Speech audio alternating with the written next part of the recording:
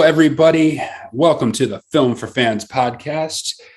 That's right. This is your home for movie news, reviews, and movie fan views, the podcast from movie fans for movie fans. I am your host, Ryan Dunlevy, joined as always by my co-host, Rob Dunham. What's up, everybody? Get a haircut. Ooh. Very nice. Just a little incentive there to check out the YouTube channel to watch that and see Rob's my hair go from like here to here in the span of a week. There you go. All right, we got a great show for you. We are going to talk about the box office performance of Bond. We'll give our review and talk about Daniel Craig's legacy, as well as our watch list. So we've got some fun things in store for you here. Let's jump right in. Box office results from last week. And not a surprise, No Time to Die finishes first at 55 million. It's the number that's a little surprising at 55, or depending on which figure you check, 55, 56 million, somewhere along those lines. This is a little bit lower than anticipated. The numbers they were anticipating were somewhere around 60 million. I was surprised that I honestly was surprised this didn't do 100 million the first week. After Venom did 90 the previous week, I was surprised that this was not a bigger release. We'll get into that in a moment, but that was number one. Venom 2 finished second at 31.8 million, bringing it to a total of 141 million over 2 weeks. Addams Family 2 did 10.8 million. Shang-Chi finished fourth with 4.3, and that is up over 200 million at 212. And Many Saints of Newark did 1.4. So Rob, what did you make of the box office numbers for Bond? Yeah, I think that there might be a combination of factors involved in this. I think maybe the length of the movie might have something to do with it. It seems like longer movies in general, unless your name is Titanic. Yeah, 2 hours and 47 minutes is a long haul. That's for sure. The struggle. I think there might be some carryover from the fact that Spectre wasn't really that great of a movie. Mm-hmm. And I also think that the endless delays probably did not help anything when it came to the movie. Yeah, I think the rollout cycle was not as big because they promoted it heavily. And then I wonder if there was a lot of people that just like barely realized that it had come out. I don't know. I was surprised. The length one is interesting. Intuitively, you would guess that some people wouldn't go to a movie that's that long. I don't know. You and I are not exactly the average moviegoer person at this point, but has that ever dissuaded you from going to see a movie? The length? Not me, because my favorite kind of movies are long dramas. So if anything, if a movie's longer, I tend to be more interested in going to check it out. But I know that's not. That is not normal. We've seen like studios, obviously, famously. Recent example would be Zack Snyder and Warner Brothers with fighting about the length of a movie. It happens where they kind of demand that it be shorter. And like you said, one of the things that stuck out to you mentioned Venom and how well it did. One of the things about Venom was that it was only an hour and a half long. Yeah. So I wonder if there is something to that. If someone's going out and, wondering if they want to spend X amount of time out, because it might not seem crazily significant, but 2 hours and 47 minutes is almost twice as long as an hour and a half movie. So, it is an investment if you're going to go watch it in the theater. Yeah, it's interesting. I'm curious as to if it is a big factor, like how many people check the length of a movie before going. If you're already planning a night out, is that a disincentive considering you're planning on spending the night out? I don't know. It's one of the first times I've heard that as an excuse for an underperformance at the box office.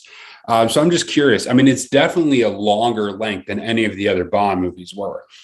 So that, I mean, it's certainly possible that that's the reason. Yeah.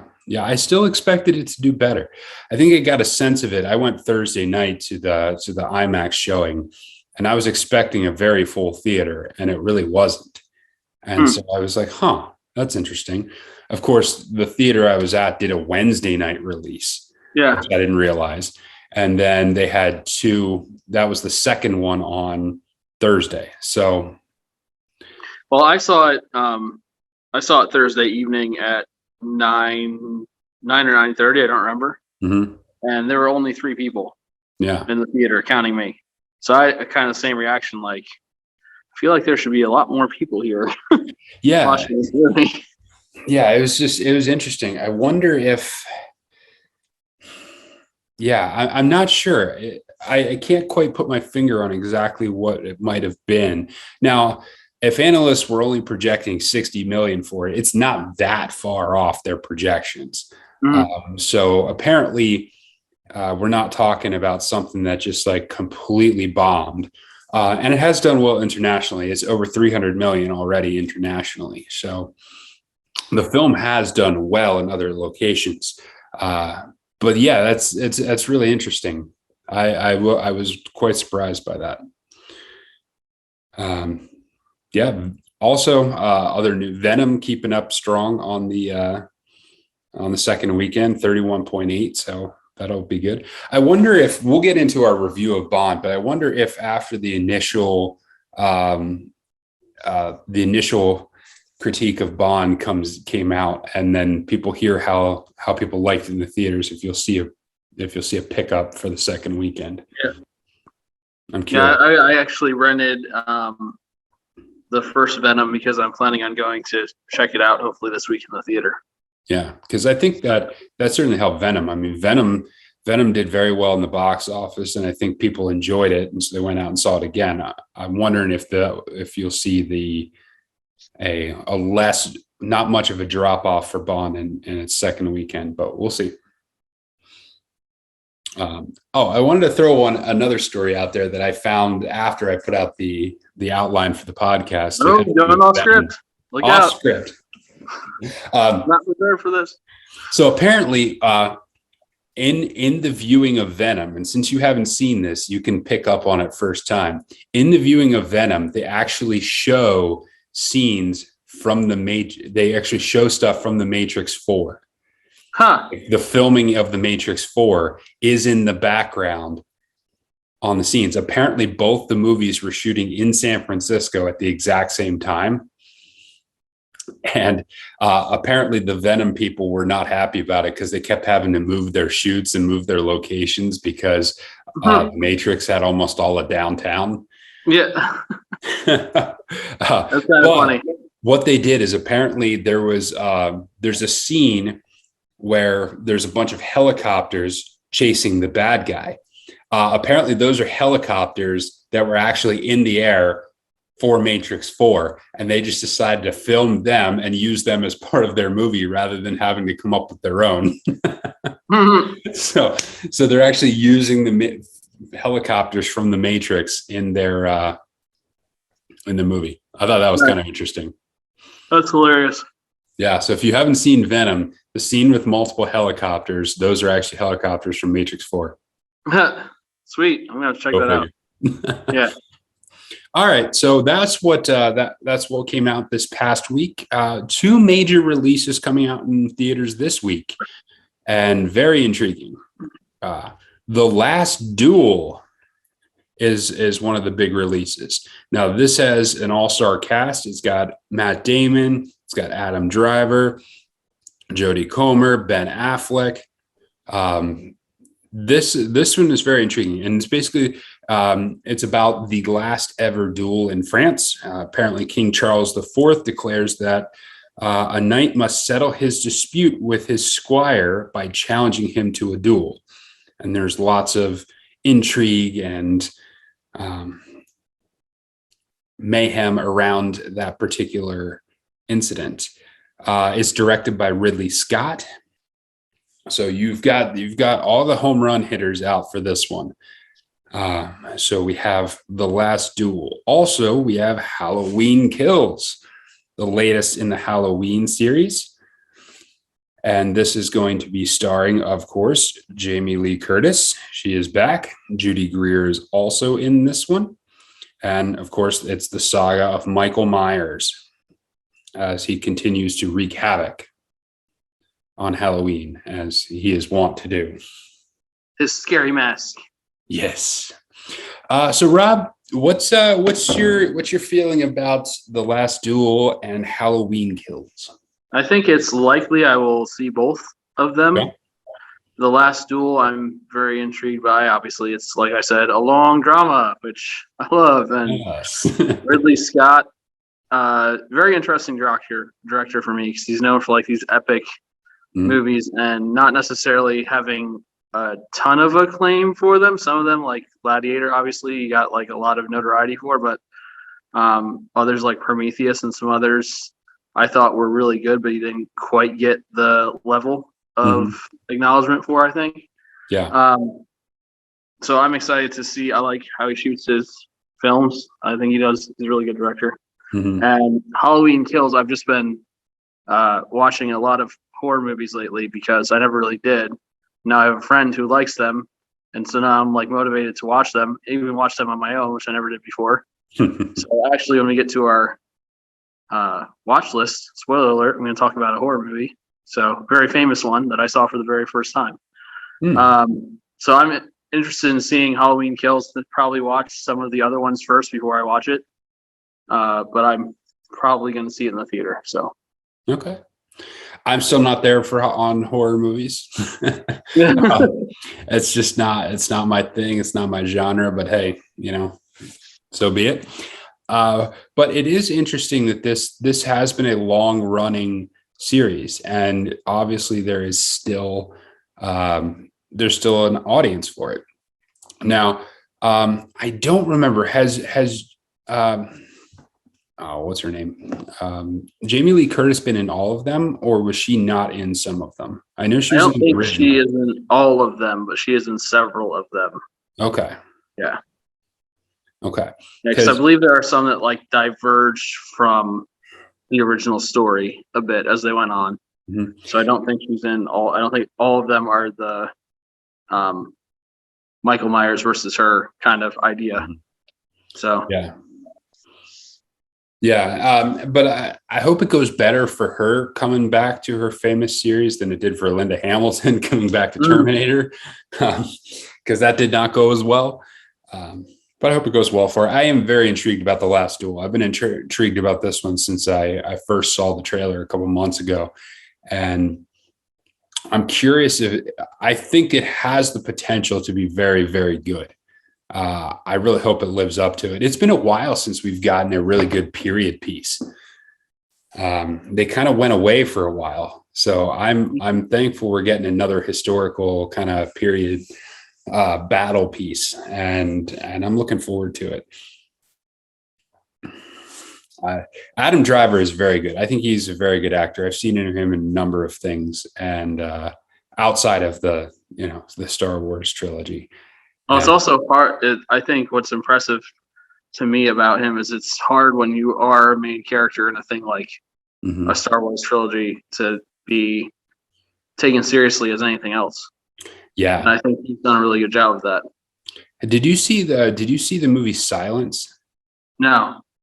It was really, really good. He started as a Jesuit priest in Japan during a time where like there was major persecution of any Christians who were there. But he was just really, really good in that one as well. So that was another one. And when we get to it, I watched another Adam Driver film this week. So we can get to that when we get to the watch list. But yeah, I think both of these will do well this weekend. So, and you got another weekend to bond. Lots of movies to see: Venom, No Time to Die, Last Duel, Halloween Kills. Man, it's a good time to go out in theaters. So get out there and see something. All right, Rob, it's time. let's get on to our review of No Time to Die.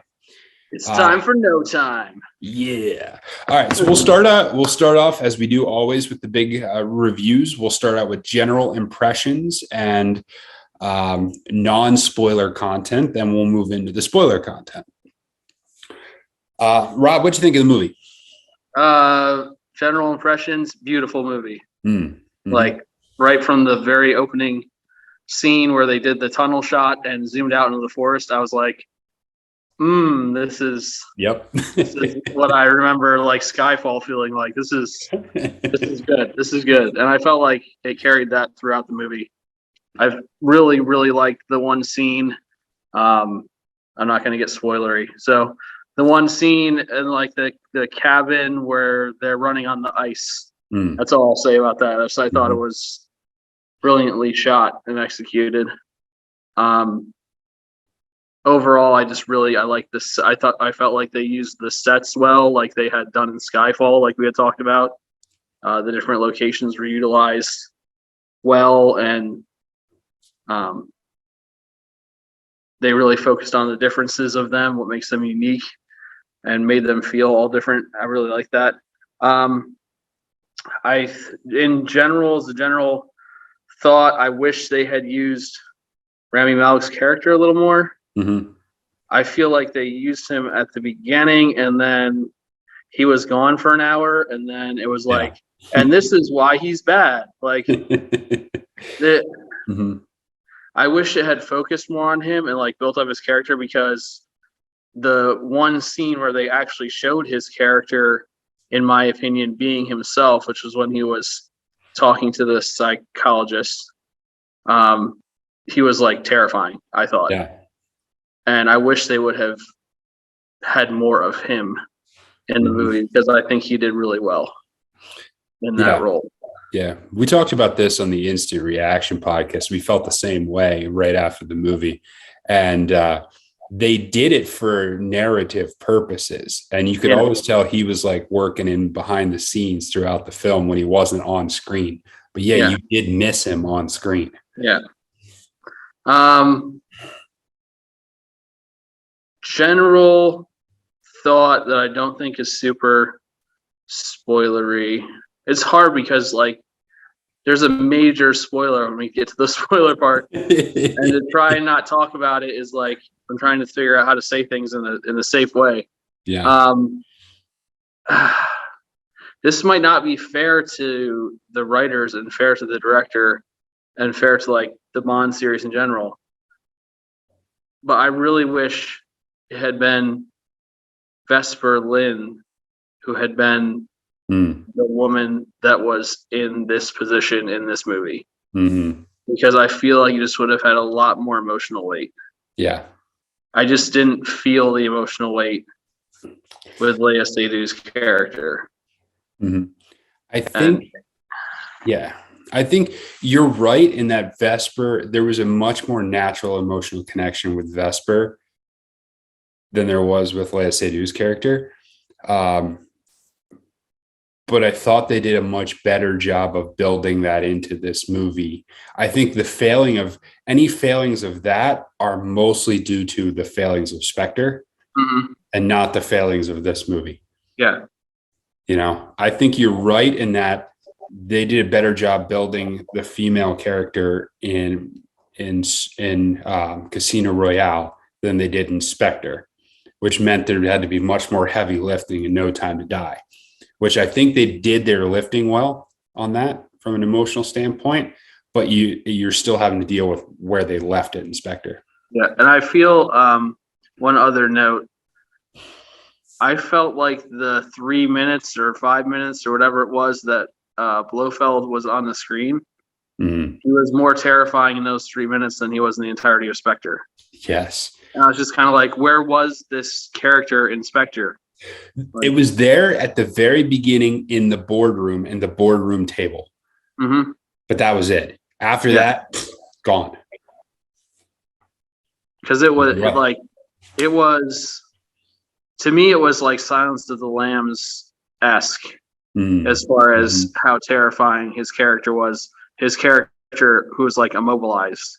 Yeah. and couldn't do anything. He could only use his words, and yet his words were like, it was just really well written, and I thought really well acted by Daniel Craig too, in his reactions to it. Yeah. Mm-hmm. For sure. How about you? You have any other initial impressions? Since I didn't have a chance to watch your quick take thing on it. Yeah. I would say that overall, I really, really enjoyed it. I was concerned that that it could go either way. Whether is it in the Casino Royale Skyfall part, or is it in the Quantum of Solace Spectre range? Which of those two sets? Was it going to be part of the good set or the bad set? I would say it definitely is part of the good set. It really, really worked, I think, overall. I like it really. I think what it did was it created a narrative arc throughout all 4 movies, which was kind of there, but it really, really carried that through and made it a narrative arc. The Daniel Craig movies now have a cohesive feel to them as a result of this movie, which I thought was well done and impressive.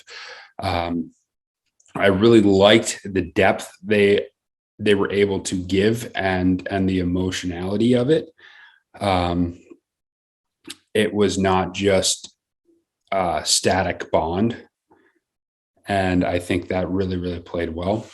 I think some of the action sequences were really, really good, but I think what it really did well was it built tension.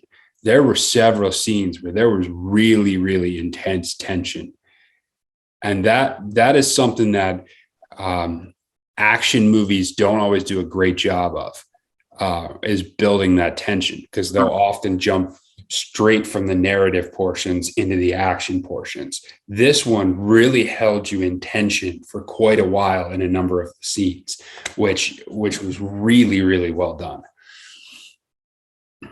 And I thought all the performances were very, very good, except for which we'll get to in the spoiler. I'll save that for spoilers, because then we'll have to talk about that specifically. So I was pleased. I was thinking like halfway through the movie, like, no, this is really good. This is really, really good. We talked about this in the instant reaction, but I was surprised at how little Ana de Armas was in there, because they really played her up in the trailer, and her scene was very, very good. The scene she was in was very, very good. It just she was just in and out, though. It was not a big thing. So I would recommend it for sure if you haven't seen it. Yeah, I would definitely say it's in the top half of Bond movies, which there are a billion of them, but it was a good Bond movie. It was not a bad Bond movie. So yep, I agree with that. Yeah. All right, so let's get into the spoilers. Let's get into the specifics. And I want to start. Here's where I want to start with. Okay, so that's your spoiler alert. Skip over the rest of it to the next section if you don't want to hear any spoilers. Now here we go. Let's start with the opening scene. I just thought that was so incredibly well done right from the start. Yeah. I mean, the moments of terror and tension you got at the beginning, both him walking up and then his face appearing in the window, and the way they did like the sliding glass door, like pixelated his face. Oh man, that was so good. Yeah. I really liked the one shot that I thought was really, really great was when they showed her in the under the counter, and they showed her there intentionally because the gun was in the holster there, and then they showed that shot again with the gun out of the holster. Yeah, that just tells you like what's about to happen, which I thought was really, really well executed. Really good filmmaking there, because you tell a story without, like you said, using the visual medium, tell it without dialogue, which a lot of movies struggle with. And I thought that was great. And I like how the entire, like the whole mask that he was wearing was creepy. But then when it broke and like you got just the half part and you can see his mouth, like it went from creepy to like terrifying. Yeah. And like I was saying in the non-spoiler part, the whole sequence where he was chasing her out into the ice and like shooting into the ice was fascinating because you're like, is he gonna kill this girl or is he trying to shoot into the ice to make air and make a spot where he can break through and save her? Yeah. And that was another moment of tension. They really held that up. You weren't sure which direction he was going to go with that. Yeah. And then, like I said, I was frustrated that after that, he disappeared for like an hour and a half. Yeah. Like, and this is where two things. It's like, I wanted to see him more, but I did like how it wasn't, you knew it was him operating in the background. You knew it, but the characters in the movie didn't know it. Yeah. And so to kind of like be ahead of where the characters are in the story made for interesting narrative storytelling that I enjoyed. But the problem was it was a cost of a great bad guy getting more screen time. Mm-hmm. And like I said before, the scene in her office, because she never saw him with the mask off. Yeah. So the scene in her office when she opens the box and sees the mask and just the absolute fear that overwhelms her. And the way he talks about it, like, you know, just your dad killed my entire family, so I just wanted to get revenge myself. You know, it was just very straightforward and creepy. Yeah. It was really good. I thought one of the strongest. We'll talk about what for you was the strongest action sequence. For me, the strongest action sequence was the one in Rome, or not Rome. I don't know if it was Rome, whatever Italian city they were in. I keep saying Rome, but it could have been some Italian city. I'm not sure. But I thought that was one of the coolest scenes in terms of its broad action visuals, especially when they're on the motorcycles and they're weaving in through the streets and down the stairwells and up and around. I really liked how that played out visually. Yeah, the one scene where he jumped the motorcycle up over the wall was pretty sweet. Yeah. And you saw that in the trailer, but that did not take away from how cool it was. Yeah. Once it's part of the sequence. I really like when everyone was shooting at the car and he's like terrified and he's just like, it's bulletproof, so whatever. Well, on top of that, like what was so great about that is because he was so ticked off at her and he was so convinced that she had betrayed him. He was actually deciding whether or not that he should just let them kill her. and that was something. That was another one of those tension moments where they let that play out way longer than you thought they would, and just hold you and string out that tension in the middle of an action sequence. That was really good. It was really well done. And then finally, it's like, all right, enough of this. Yeah. Also, I just really liked all the whole area around the silo or submarine base or whatever it was at the end. Just all the action type spaces, having to sneak around, get out. I really like when he shot at him and he hit the button or whatever. My phone. Where he hit the button or whatever and they went down to the floor. I thought that was really cool. Down the chute. I like that whole set of that base that they were at installation. It kind of reminded me a little bit of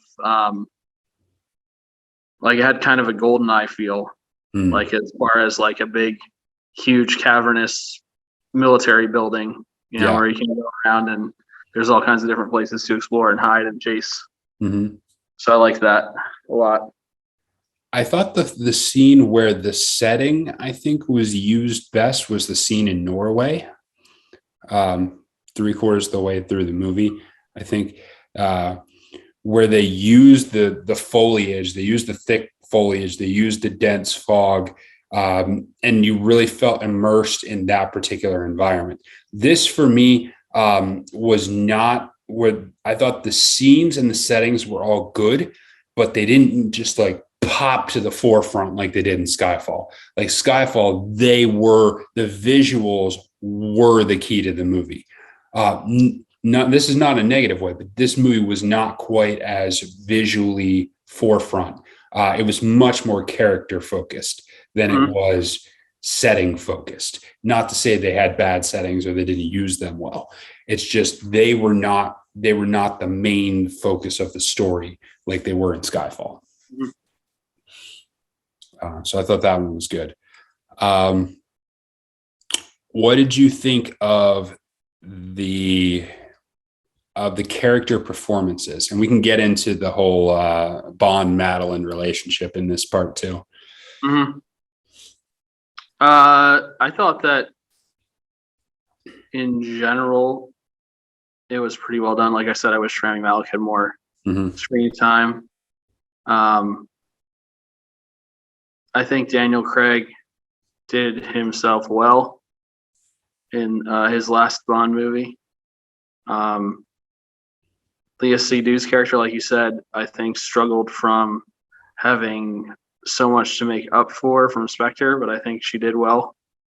I'm not sure how I feel about we've replaced 007 with female 007.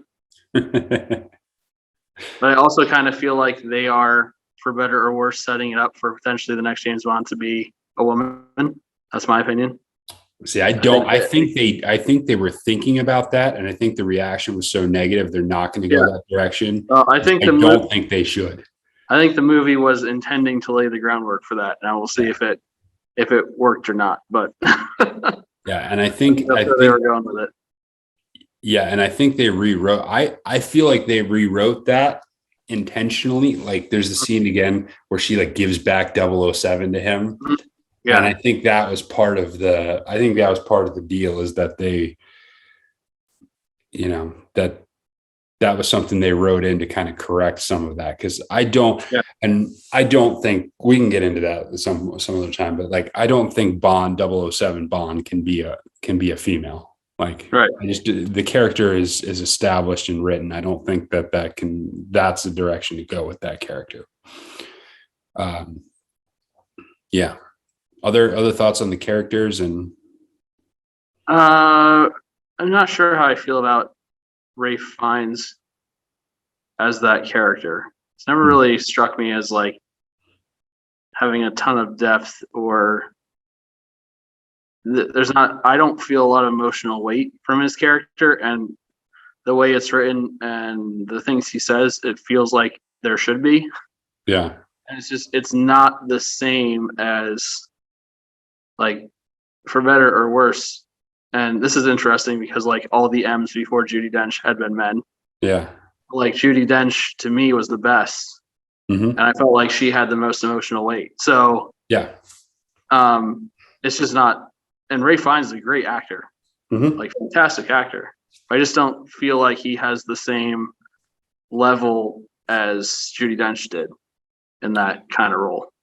Yeah, it's interesting because they did something with Ralph Fiennes in that character that they kind of did with Alec Baldwin in the Mission Impossible movies, where they send him in Rogue Nation in particular. They sent Alec Baldwin in as the enemy, the antagonist, and then he turns out he throughout that movie, then he flips and then he becomes the head of the IMF at the end of Rogue Nation. And they did something very similar with Mallory's character, where he starts out being the one attacking M and basically forcing Judi Dench's version of M to retire. And then she ends up dying at the end of the movie, and then Mallory takes over. So it was a very similar type of thing, but you're right. Like Judi Dench is going to be almost impossible to follow. Yeah. Yeah. This is where I would get into a couple of the negatives of the movie. I thought I did not think the female 007. I didn't think her character was that great. I didn't think the part they wrote for that character was particularly compelling. it always felt like she was a tag along to the story. Mm-hmm. And she was just a side alternative. And so that did not work for me very well. Also, the character of Logan Ash, I thought Mm-hmm. was almost entirely unnecessary.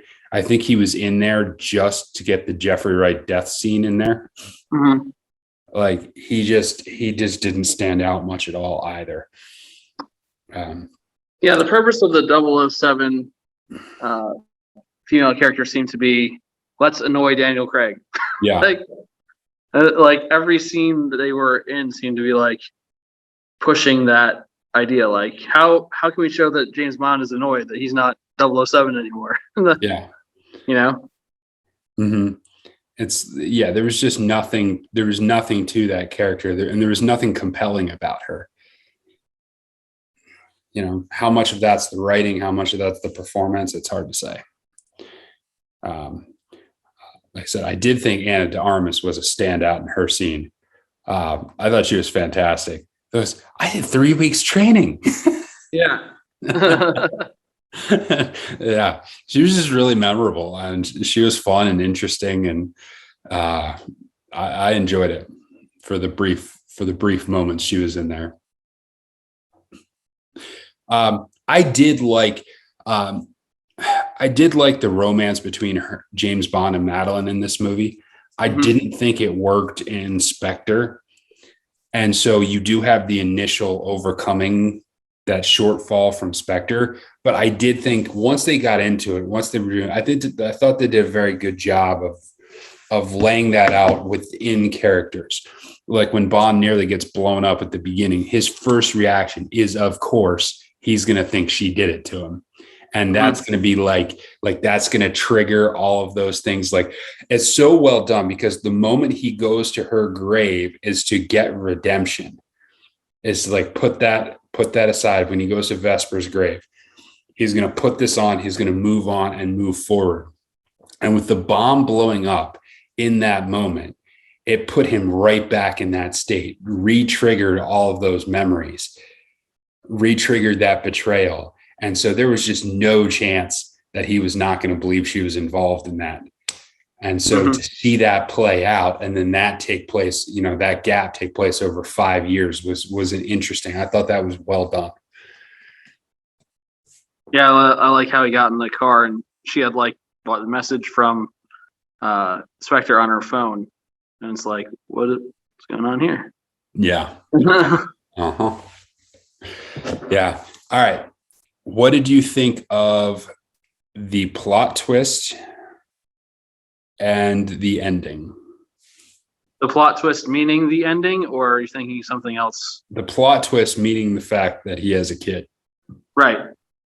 Yeah. I like right from the beginning when she said she's not yours. Like, well, yeah, she is. He's just looking at her like, are you like, sure? Those blue eyes, then they are, just completely random. I think he says something like blue eyes, then, I struggle with some of the emotional connection between them / the kid, because I feel like some of it is just a plot device to make you more sad at the end. And for me, it didn't really make me more sad at the end. What made me upset, or like I wasn't weeping, but like James Bond dies, like actually dies. Yeah. And we've had this hinted at before in past Bond movies. He's come back to life, or he has not actually been dead, or he's been not where we thought he was, or whatever. But I don't think you get off an island with like 5 rockets being shot at it when you're standing on an open rooftop. Pretty sure he's dead. I'm pretty sure he's like super dead. Mm-hmm. And I'm very interested in what they do next. Yeah. Yeah. I thought because having, oh, hey, here's your kid can be a plot device, like you were saying. I think it fit well with what they were trying to do with that relationship and those two characters. Like they really were exploring the more emotional side of Bond, like making him a more well-rounded character. And that was a theme of this movie, kind of like how it all comes together. Because what you saw at Casino Royale was him being vulnerable for the first time and then getting it blown up in his face. What you see in Quantum of Solace is him going straight revenge over everything that happened. In Skyfall, he starts dealing with his past. And in this one, it's okay, can he put all of that together and move forward with his development as a person? And I think that's one of the things that this movie brought that you haven't seen in previous Bonds. Yeah, I think it's interesting also that they killed Felix early in the movie, because then you're kind of like, oh, no time to die. Like Felix is dead. Yeah, that means James is safe. But because Felix, if you have not watched many of the Bond movies, Felix is like just as much a part of the James Bond movies as James Bond is. He's like in every one, even though he's played by different people, just like James Bond is played by different people. But he's an important part of several of the movies. So I think seeing him die was a surprise. I like how Jeffrey Wright has played that character. Yeah. And I will say I find it kind of amusing that like this is terrible because it shouldn't be amusing. Like as they're drowning, I'm like, is James Bond about to kiss Felix Leiter? Like I just got major romance vibes going on there. And yet he couldn't save him. As I think that might have hurt James. If James Bond's a real person, that might hurt him as much as losing Vesper, really, because he's known this guy like his whole career, and they've gone back and forth and they've helped each other and they've been in some tough spots together and always had each other's back, even if they're a little bit, at each other's throats at times. Because you could tell it had a major impact on him emotionally. So I was kind of surprised to see James Bond die also then at the end. That's okay. So it was a little bit shocking to me to see that, but I guess it had to happen at some point. Yeah, and I was surprised that they went the full like, okay, we're just wrapping this up completely. Characters are done, people die, it's done. I thought that they would be something like you'd get a scene where they were kind of all like winking and nodding to the fact that he was done with Bond. Yeah. More and just kind of hinting at the fact that he's done, or kind of throw out those double lines, which for the audience we know is intended because Daniel Craig's done, but they could be his Bond's going on. I thought they were going to do something. It's funny as that was as the scene was happening, I'm like, well, I guess Ryan was right about them maybe having a slight nod to the fact that Daniel Craig is done. The slight nod being that he has been eviscerated by 1,000 rockets. Yeah. Like, nope, they went straight after it. It's like, okay, we're cutting this off. It's done. Yeah. So, all right. Well, we've spent a lot of time on this, so let's shift gears to a different question. Now that Daniel Craig is done with Bond, what do you think the legacy of him in that role is? What will we look back on and say this is what Craig and his portrayal of Bond brought to the series? I think he'll be remembered as the most physical, hands-on action James Bond. Yeah, like the most realistic, if you want to call it that. There haven't been some slightly crazy things, but most of it has been pretty grounded in reality. Nothing like surfing on tidal waves from giant icebergs or shooting lasers from space or going to the moon or having an underwater scuba harpoon fight. Yeah. Correct. Or running on alligators or, any other number of things that we could list. Yeah. Yep.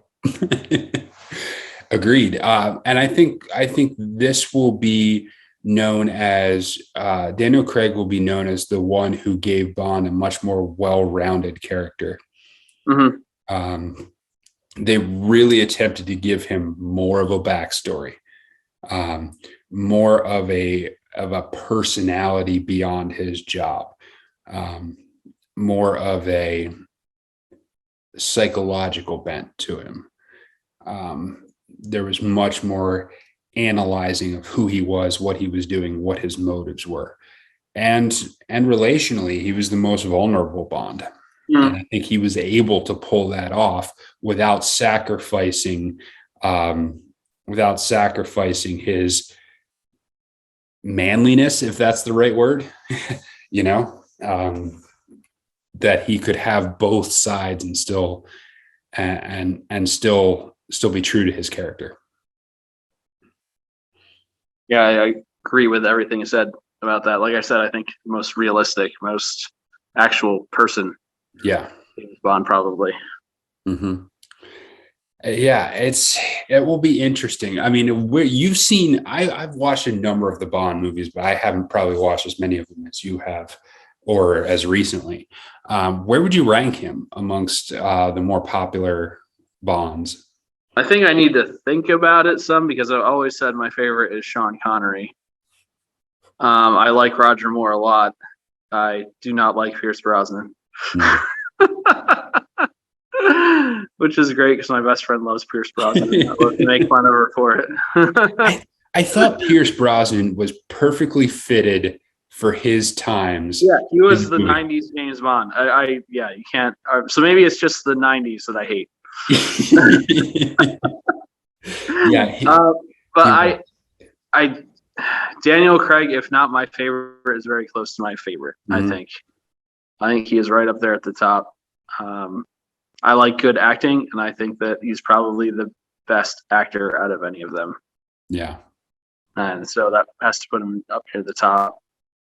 I think visually the movies as a whole are better than any of the other ones, and I think a lot of that has to do with the fact that that's just how technology works. Yeah. Like you're going to have more opportunity to do more things. Like drone shots did not exist in the 80s. Like there were things we could not have done. Yeah. So they did what they could with what they had. So it's kind of unfair to make the cinematography something that says whether a Bond is better than another one. But I think that overall his movies are probably the best series if you're going to consider each actor's Bond a series of movies. Mm-hmm. And I've seen all of them. So that's my opinion, having seen all of them. And I think they paid more attention to the plot, the depth of the plot lines and the story in these movies. And I think Craig was able to carry that out in a way that some of the other ones were not as easy to do.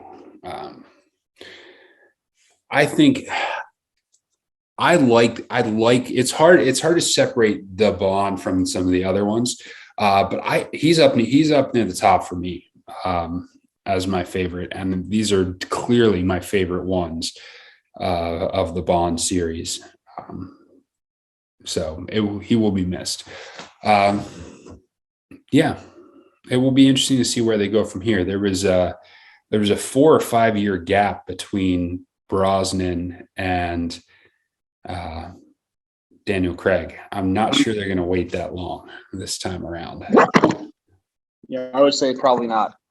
I doubt they wait that long. Yeah. It was interesting because they clearly rethought what they wanted to do with the entire series between Brosnan and Daniel Craig. Mm-hmm. I wonder what they're going to evaluate and what changes they're going to make. And will they be the right ones? Yeah, like we said, the Bourne series and that idea of general action realism kind of forced their hand with that. Yeah. So you wonder if something else will happen similar to make them move another direction. All right. Well, that wraps up our discussion on No Time to Die and Daniel Craig. Let's move on to our watch list. Rob, what'd you watch this week? So I watched the first Venom with Tom Hardy. Yeah. And found it. I had seen it one time before, and watching it again, I agree with your assessment. It's a good movie. Like, it's enjoyable. It's got a good pace to it. Riz Ahmed's character is a good bad guy. Very detached from reality, very self-centered.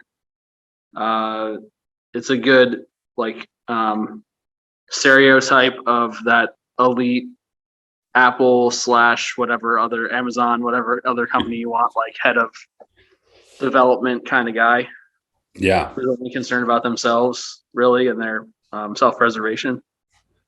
I remember when the movie came out, some people were like upset that the Venom character itself didn't really appear until near the end of the movie. But watching the movie now, I feel like they did that well. Mm-hmm. Like the revealing of Venom, I felt they did well. And like, I really like the scene where he's out on the water buoy thing, and he's like talking to, like, Venom's face just comes out like split from his body and is talking to him. Yeah. That's like really cool and also very scary. But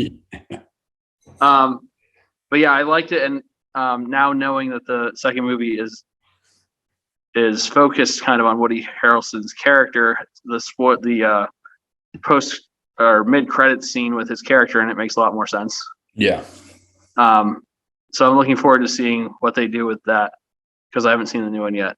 Mm-hmm. I also watched The Exorcist, Okay. which is the famous scary movie I was talking about that I had not seen before. Mm. And I have to say, maybe it's because I have seen, so I've never seen the movie, but I've seen lots of scenes from the movie because it's like a popular culture thing. I think we've all seen scenes from the movie. Yeah.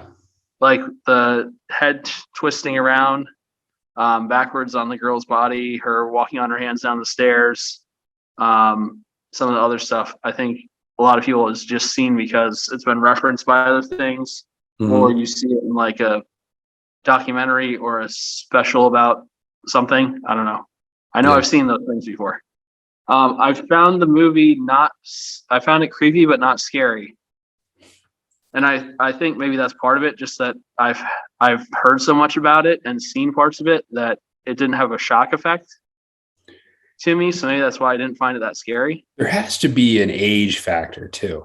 Yeah. Like, older movies just don't, like, I think just where we've come, even in horror movies, and I'm not a big horror guy, so I just know that what they've seen, like, I feel like some of that has to play a factor in it too. I think the movie The Exorcism of Emily Rose, which I've also seen, was much scarier. But that was also a lot newer. I think it's like 15 years, 20 years old at this point. But I can see why it is popular, why it is considered a classic. The performances are good in it. I think it's a good story. It is definitely creepy. Like, there's no doubt about that. Some of the scenes are very uncomfortable.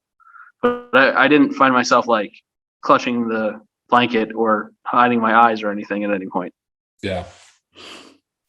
Yeah, I've been kind of working my way through some of the older classic horror movies, so I'm going to keep doing that. So I'll keep on reporting on those as I go through them. And then obviously I watched No Time to Die. Yeah. That was my movie in the theater this week. So in addition to No Time to Die, for me, I took my own advice, my own recommendation from last week, and I watched Logan Lucky. I really enjoy that movie. I think it's highly underrated.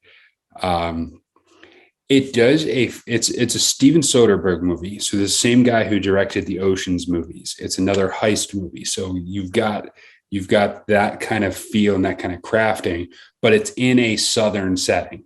What they do an interesting job of is they do an interesting job of making it very Southern, where like they all got the accents, they all got the kind of hick personalities, and they do a great job of treading that line where you're laughing at them, but you're not making fun of them, and there's a distinction there. Like, you're engaging with and laughing at their antics and their accents and their just Southern mentality without it feeling like they're denigrating it. And I think maybe just the general Southern feel of it probably turned some people off. But it's really funny. It's funny. The characters are great. There's a lot of great one-liners.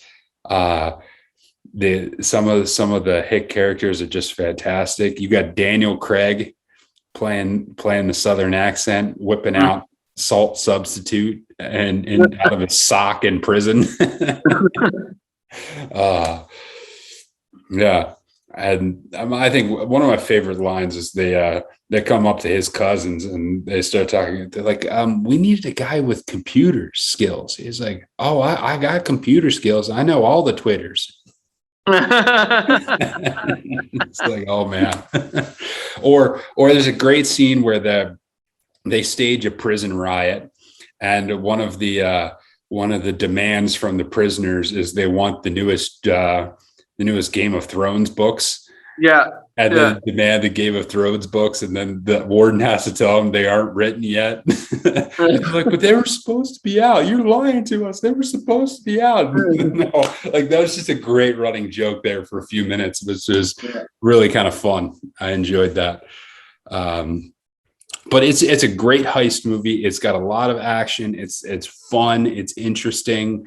The characters are compelling. So definitely check out Logan Lucky. I think it's on Hulu at the moment, if I'm not mistaken. It's on Hulu because it was on Prime, but I think it's on Hulu now. So make sure you check that one out. All right, so we're going to close out with recommendations with the upcoming Last Duel. Give me a couple of your favorite Matt Damon movies. Well, obviously, I like to pinpoint the performances that really strike a chord. As we talked about Daniel Craig in The Force Awakens. So obviously Matt Damon in Thor Ragnarok as actor Loki. That was such a great cameo. Which, having looked at Matt Damon's IMDb page, I have seen that actor Loki is returning in Thor Love and Thunder. So I'm very excited to see how he is utilized in that. But on a more serious note, Matt Damon's been in like a lot of good movies. Yeah. Recently, I really enjoyed his portrayal of Carroll Shelby in Ford versus Ferrari. Yeah. And thought that he did very well in that character, playing this very driven guy who just wanted to succeed, wanted to come up with something new, wanted to challenge the establishment. And I thought he brought a real gravitas and believability to the character. I think that's probably one of Matt Damon's strengths. Side note. Yeah. I don't know what was going on in Mount Joy today, but as I'm driving to work, I'm not kidding you that 25 Shelby Mustangs drove past me. Wow. 25, like the old school, like car show. Shelby Mustang. It must, I don't know where they were coming. It was some sort of car show somewhere, but there was 25 just kept coming down the street. It was crazy. And then the other one I'd like to mention is Rounders, which started like a whole generation, myself included, playing Texas Hold'em poker.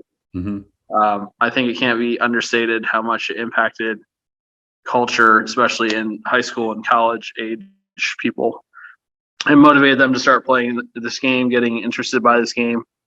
And also has one of my other favorite characters in it, Ed Norton. And I just think it's a fantastic movie, and they do a great job of playing buddies who are trying to figure things out and having some real rough times along the way. Yeah. Similarly to you, I was thinking about going with Eurotrip and his cameo performance in Eurotrip as a metalhead was pretty fantastic at the beginning of that movie with the famous Scotty Doesn't Know song. But I will go with two ones that are more classic for me, but I just really, really like them. And that would be The Martian and Good Will Hunting. His character in The Martian had to be excellent because he was the only one on Mars. And so all of his scenes, similarly to Tom Hanks in Castaway, Like, you have to carry the entire weight yourself. And his character was so interesting and funny, and brought everything to the forefront, and you were very, very engaged. Like, you absolutely cared that you wanted to get him home. And so he was just really standout. And the other standout performance was Good Will Hunting. It was one of his debut movies. So many of the acting performances in that, with just his role as the savant kid with the extremely broken past, and to watch his character develop, and especially to bond with his psychologist there in that movie, really, really striking and memorable characters. So that's my recommendations: Martian and Good Will Hunting. And obviously watch all the Jason Bourne movies. Of course. That goes without saying. And the Ocean's movies while you're at it. Yes. And every Matt Damon movie. Well, that is the show. Thank you for tuning in, and check out filmfans.com for all of our written content and some other stuff we have on there. And like the podcast and share it with your friends. Until next time, enjoy the movies.